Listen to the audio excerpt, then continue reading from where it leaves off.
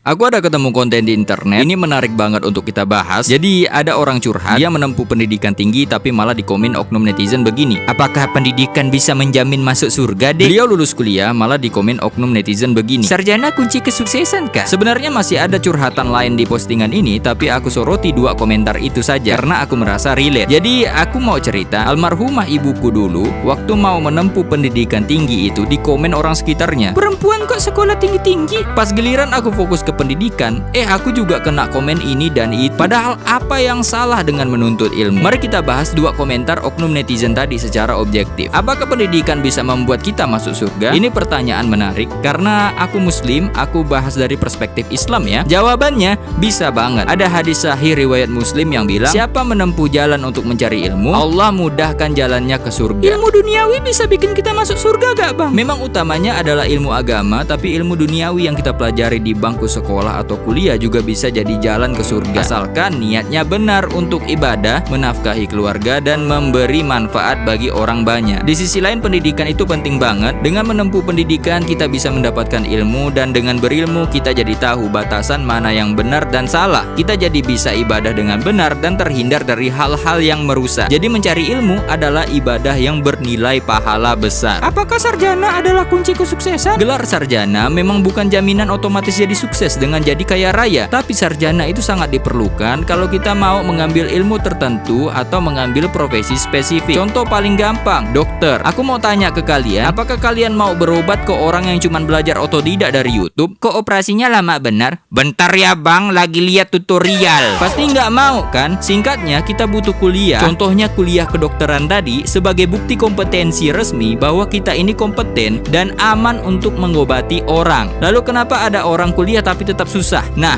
disinilah kita harus stop kebiasaan generalisasi. Seringkali kita lihat ada teman kuliah tapi hidupnya biasa aja, terus kita simpulkan, percuma kuliah, gak menjamin sukses. Ini namanya mengambil kesimpulan terlalu cepat. Kenyataannya di dunia ini ada orang berpendidikan tinggi yang sukses, ada juga yang masih kesulitan. Sebaliknya, ada orang yang gak sekolah tapi sukses, dan ada juga yang gak sekolah tapi hidupnya kesulitan juga. Kita perlu tahu, sukses itu variabelnya banyak banget. Ada faktor kerja keras, doa, kesempatan, dan lain-lain. Tapi satu hal yang pasti, pendidikan itu adalah ikhtiar untuk memperbesar peluang kita buat bertahan hidup dan memperbaiki nasib. Daripada kita sibuk berkomentar ini dan itu ke orang yang lagi berjuang atau berhasil menempuh pendidikan tinggi, alangkah baiknya kita saling mendoakan saja. Semoga kita, anak-anak kita, atau cucu kita nanti bisa menggapai pendidikan setinggi mungkin. Menurut kalian gimana? Yuk kita diskusi di kolom komentar.